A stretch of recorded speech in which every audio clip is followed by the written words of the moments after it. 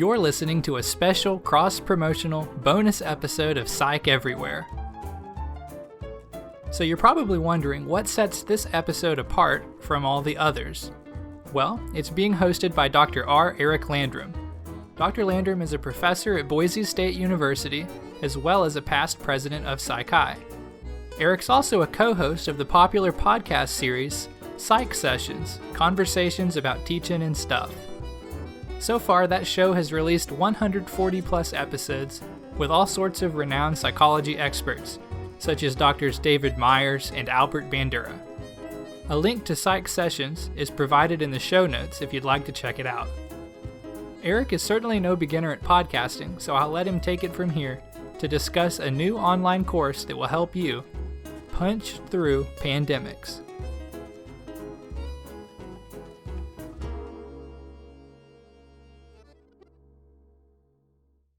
This is a crossover episode really between the PsychI podcast and Psych Sessions. I am with Kathryn Becker-Blease from Oregon State University and Regan A. Gurung from Oregon State University. Thank you both for being here today. And thank you, Eric, for hosting us. And on behalf of PsychI and the Psych Everywhere podcasts, it's wonderful to have a crossover opportunity. Yeah, thanks for having us, Eric. Thank you, Kathy. So I've got a couple of questions. I know that both of you are very, very busy and very important, so I don't want to take up too much of your time. But before I get to the questions, I've got to ask you about this. COVID-19 hits. Everybody is scrambling and doing the grand pivot. And in the middle of this, two very crazy busy people, one who's running a school of psychological science, the other one who is running a general psychology program and interim center for teaching director. You decide to launch a new class? What is up with that? Yeah, Kathy. Yeah. Let's have it. Let's have the story. Yeah, and not just one class, and not just two classes, because that right. wouldn't have been enough. We had eCamp, but an online class, a Corvallis class, which of course is running remote, and then this super large, massive open class with members of the public. And we decided to do all three for pretty much the same reason, which was that we knew psychology would have a lot to offer students in the world, and we wanted to make it as available as possible. And there was sort of no time like that week of pivoting you just described, Eric, to make it happen. Yeah, this is the classic case of getting a text message that says something like, "I have this crazy idea. What do you think?" And that's how I think crazy ideas get into really cool, fun little projects. And Yeah, I know, Eric, you've had a lot of those. Yeah. Okay, but yeah, right. But it's not a fun little project. You're assembling a course with two other people, three altogether, on the fly. For how many people who enrolled in it? 3,756 right now. So this would be a good time to give a huge shout out to our co-teacher, Kate Gallagher, who covers mindfulness and that aspect of it for us. And she does she helps a lot. And I think, Eric, another element, though, in this, really, really buying into the whole psychology is everywhere concept is, yes, you're right. It's, at first, it sounds like a crazy thing to do, but then, and I know this is something you care a lot about as well, Eric, and I have a question for you as well. So don't let me not ask that. But I think, when you think about what's going on right now and you think about all that psychology can share, I mean, this, in many ways, this is exactly the kind of thing that psychology is great for. And quite honestly, one of the things that made it easier is that so much of this course it's almost like an applied health psychology course. So, I've been teaching health psychology for 15 to 20 years, and reimagining health psychology for the pandemic was actually, and I will say this without, and I'm not kidding, a fun challenge. It was a fun challenge to say, here's this theoretical stuff. How can we truly make it applied? how can we truly put it in a way that students can use? And then when you pair it with Kathy's expertise on trauma and things like that, I mean, it's the perfect opportunity to get psychology out there. I don't doubt that it's a perfect opportunity and that it's a great trio of people. I'm just thinking that in the middle of all this and taking care of your families and sheltering in place and all the transitions, 3 people said, hey, we don't have enough to do. Let's invent a new course and let's offer it to 3,000 people and give it away for free. I helped record a couple of quick podcasts. You know, some people might write a blog. I mean, some people might do a couple of things that take a few minutes or a few hours. All y'all are really very impressive in what you've done. So I just wanted to acknowledge that right away. Talk about punching COVID-19. I mean, let's make sure that in the notes to the podcast release for both Psych Sessions and Psych-I, that a website link is provided to the materials that you all are giving away for free online. Absolutely. Absolutely. So we had some things that we were going to talk about. I know we don't have a lot of time here. This is going to be a relatively short episode. And I know, Regan, you had a question there. But what kind of tips are you giving in your class about, for example, managing working at home, coping with emails, not forgetting assignments, and planning for the future? Those would be the 4 quick hits that I'll put out there. Yeah, let me hit the email one because I've been thinking a lot about email, and especially for students listening, I know for a lot of students, coping with the email has been a big issue. I actually spoke to a student who said he checks email once a day, and when he checks it, he's overwhelmed by how much there is. And I think, unfortunately, with us all working home, all of us working home, and so much going on via email, checking email more frequently is actually now one of those survival techniques, is check it more frequently so you're not hit with so much. And actually coming up with, but by the same token, not going the other direction when you are buried in email all the time. And I know I personally, and I'm sure the two of you too, have put into place some strategies to help coping with email.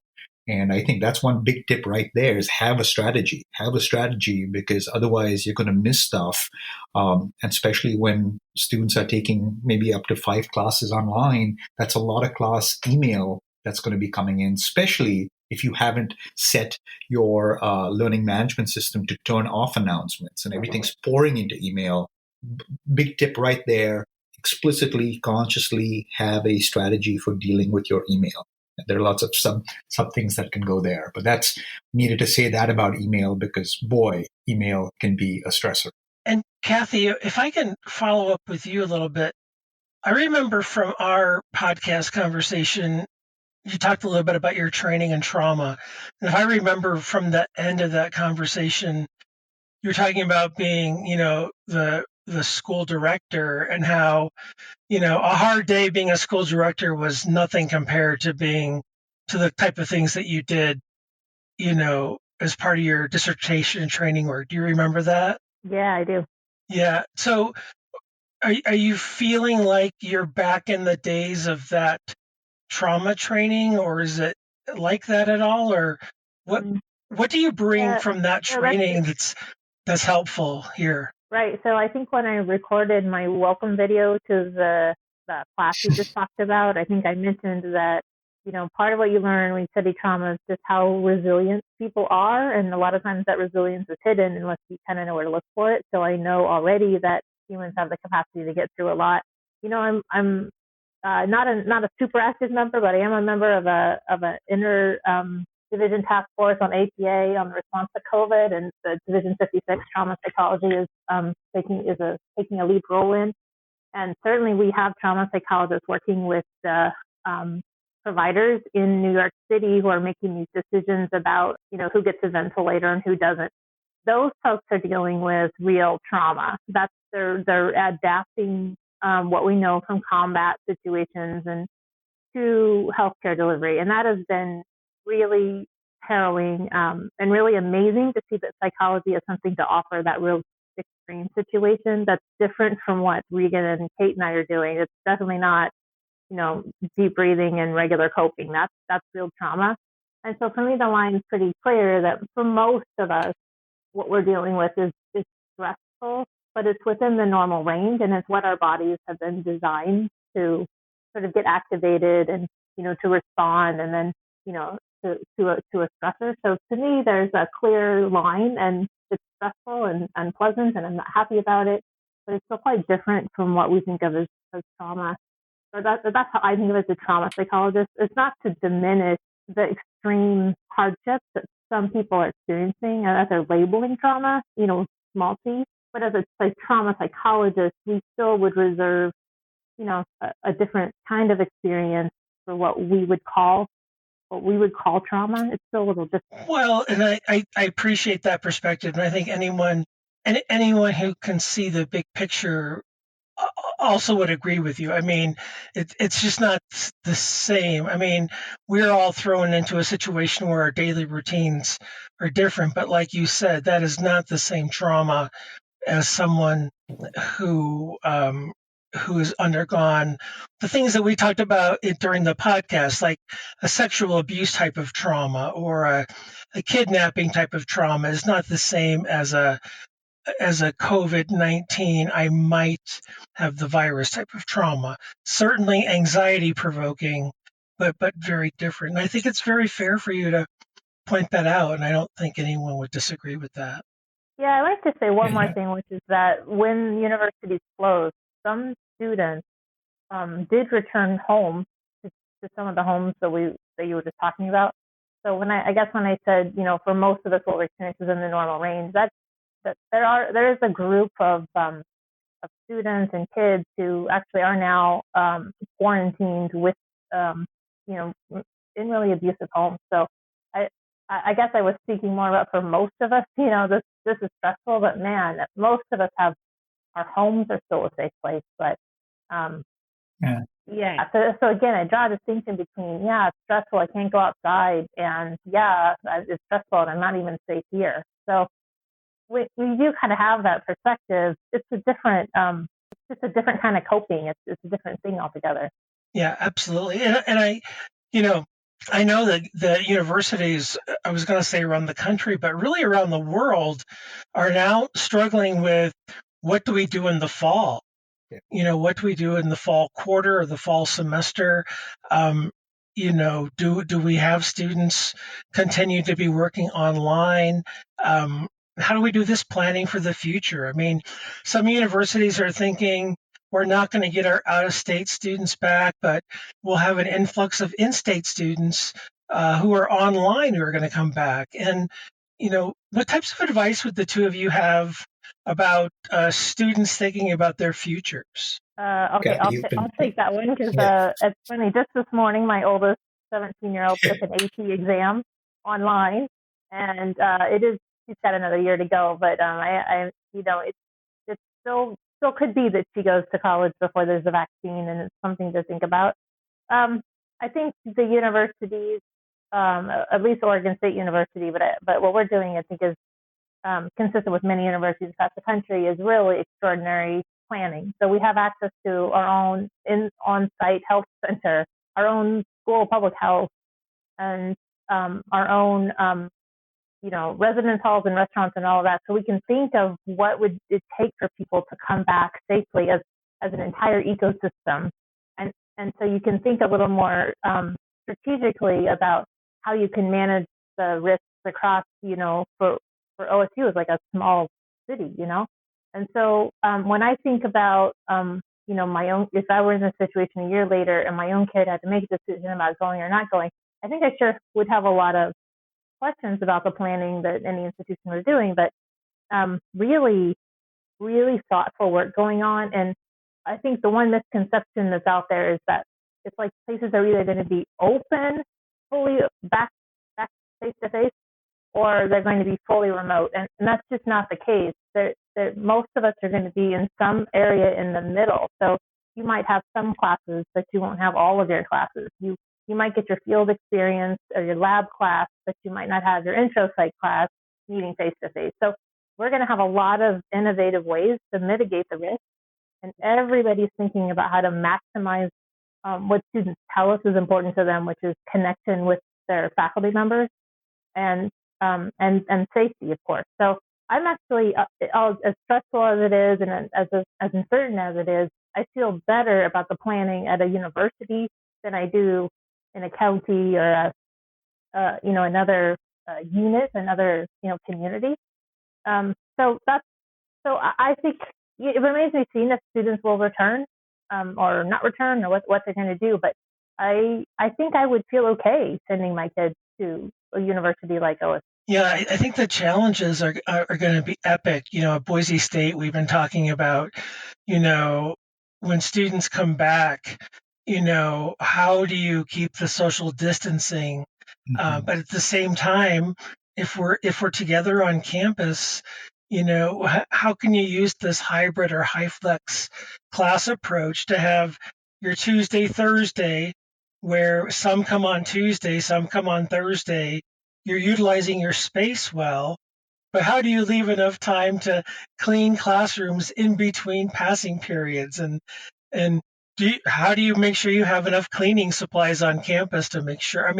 So, we're working through the logistics here in May, hoping that we'll be ready in August and September. I think, Regan, you were gonna add to that as well. I think the three of us, by virtue of the different administrative hats that we wear, actually have so much more knowledge about what universities are doing, so much so that it's easier for us to feel confident. And, to go back to your question, I think that's one thing students and their parents need to hear is that, there is a lot going on most campuses, and I say most campuses, the ones that I know of, and I've been looking at many, it's actually really reassuring to see all the things being put into place. And, beyond just knowing what OSU is doing, which is a tremendous amount, I think, interestingly enough, Corvallis and OSU are one of the few cities in the country where there's already in place a population testing system. And I know that makes me, and this is the TRACE study that's been in progress for some time. And because of this TRACE study, which is literally random sampling of population to get a feel for cases and so on and so forth, I feel a lot more confident that the finger is truly on the pulse of what's going on. And so to convert that into advice or, for listeners, it's, really get a good sense of what that individual university and that individual city is doing and, make your decisions accordingly. Because I know because of a lot of the knowledge of what's going on here, I do feel very comfortable, like Kathy mentioned as well. Yeah, I think one of the things that we can't lose in all of this is that we also have to consider faculty as well. Absolutely. We need to be thinking about not only faculty members' health and making sure that they are comfortable and they're not immunosuppressed, but also whether or not schools will be open in the fall. And I know in my own department, a number of my colleagues have little ones who are in school. And if our schools aren't open in the fall, it's going to be, it's one thing to pivot on an emergency, but it's another thing to go into a full-blown fall semester for us and having those professors and parents doing both of those jobs simultaneously. And we're going to have to figure out a way to provide some support and some infrastructure and some relief, because that's going to be really difficult. We weathered the emergency pivot, but if we don't have some sort of solution, we're going to have to do something. So, Eric, let me pick up on that and ask you a question. Speaking about coping with all of this, one of your neat initiatives during your presidency of PsychI, which was very recently, was the Get Help, Help Me. And I think, I thought a lot about, And I think a lot about your Help Me initiative, because one of the things that we talk about in class is, we're all coping with a lot. And as resilient as human beings are, and as much as we can tolerate, and, we can tolerate a fair amount, there is a point where you need to get help. Can you say something about your Helped Me initiative? And because I really think it bears here on what we should be thinking about and how we cope. Yeah, I appreciate that. So in 2017, 2018, I was honored to be the international president of PsychI, and that was my initiative. And the long and short of it is, we all understand as psychologists and psychology majors that help seeking is stigmatized, and that mental health also needs to be destigmatized in terms of having a mental illness needs to be destigmatized, and help seeking needs to be promoted. And so I tried a little bit during my term to work on initiatives. And even though I'm no longer on the board of directors, I still have an interest in that. And so the notion would be just to try to find ways on a campus, whether you're a member of a psych chapter or not, psych major or psych minor, to try to find ways on your campus to promote the notion that seeking help is normal. It's a good thing. There is nothing to be stigmatized about it. And that doesn't have to be necessarily through a licensed therapist. It could be through your pastor. It could be through your church. It could be through some sort of Alcoholics Anonymous or NA or whatever type of program that you might need assistance from. But I think in this time, I kind of started off COVID-19 with the joke that as an introvert, I think I've seen this meme on social media. As an introvert, I've been training for this my entire life. And that's a little bit humorous at first. But introverts need to have, social contact as well. And, people are really hurting from the lack of social contact. And I think people have realized that, calling it social distancing has been a mistake. We probably should have called it physical distancing. And so I appreciate you, Regan, asking me about that. And I think what college students can do over this summer and coming back in the fall, whether we're together physically or not, is just to make sure that your friends, your colleagues, the people that you're working on projects on campus in classes, just to make sure that you're not socially distant. You're physically distant as you need to be, and you're careful, especially if you're immunosuppressed, but that we're checking in on each other as we need to. Absolutely.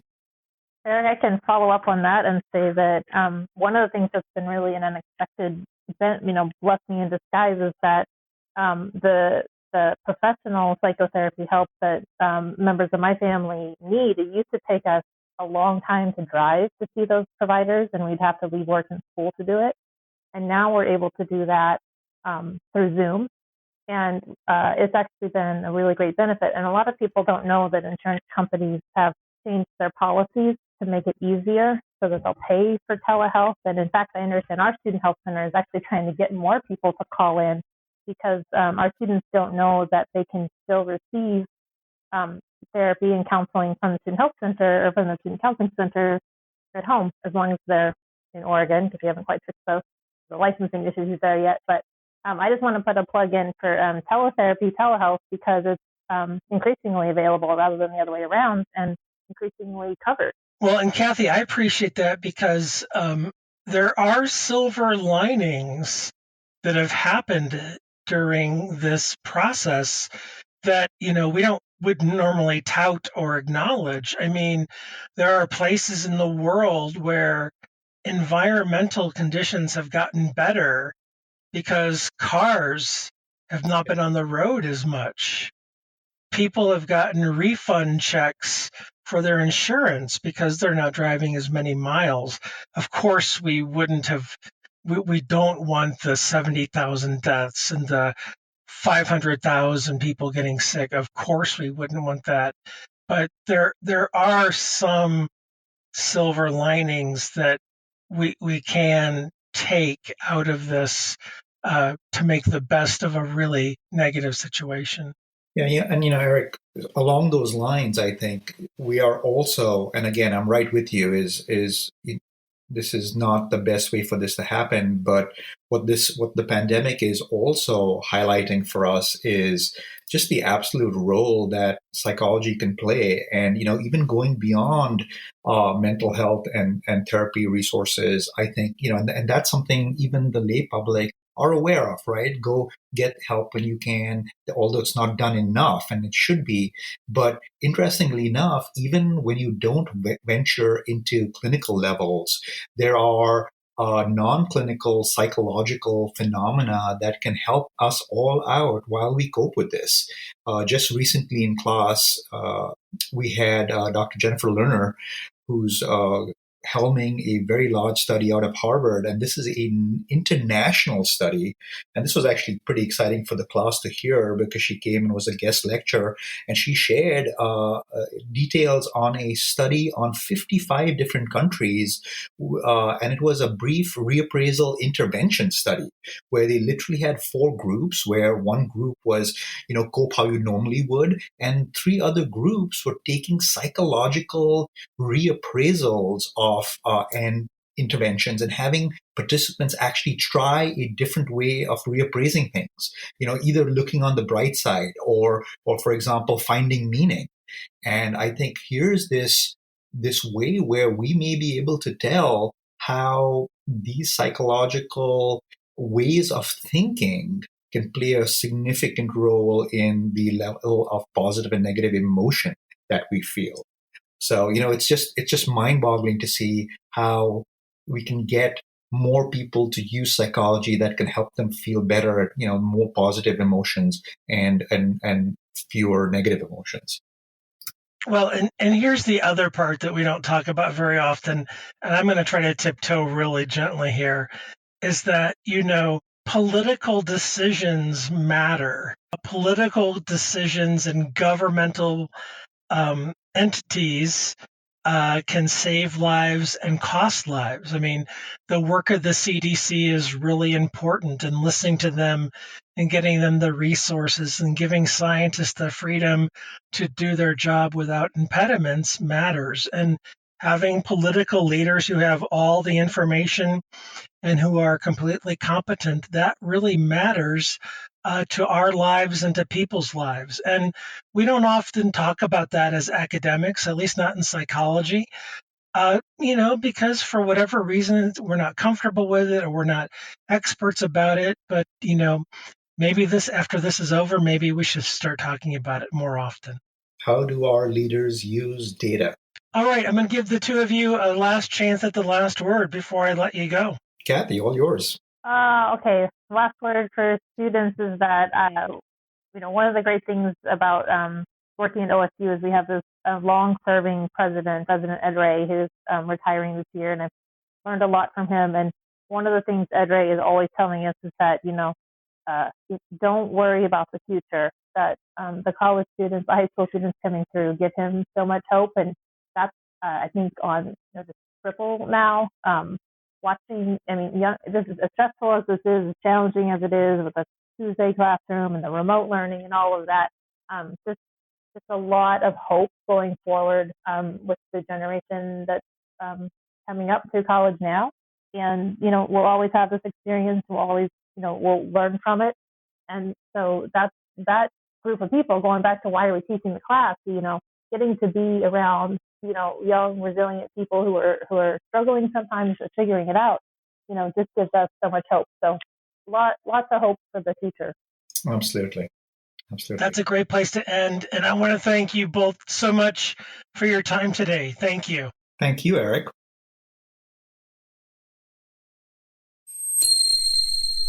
Copyright 2020. PsyChi, the International Honor Society in Psychology. All rights reserved.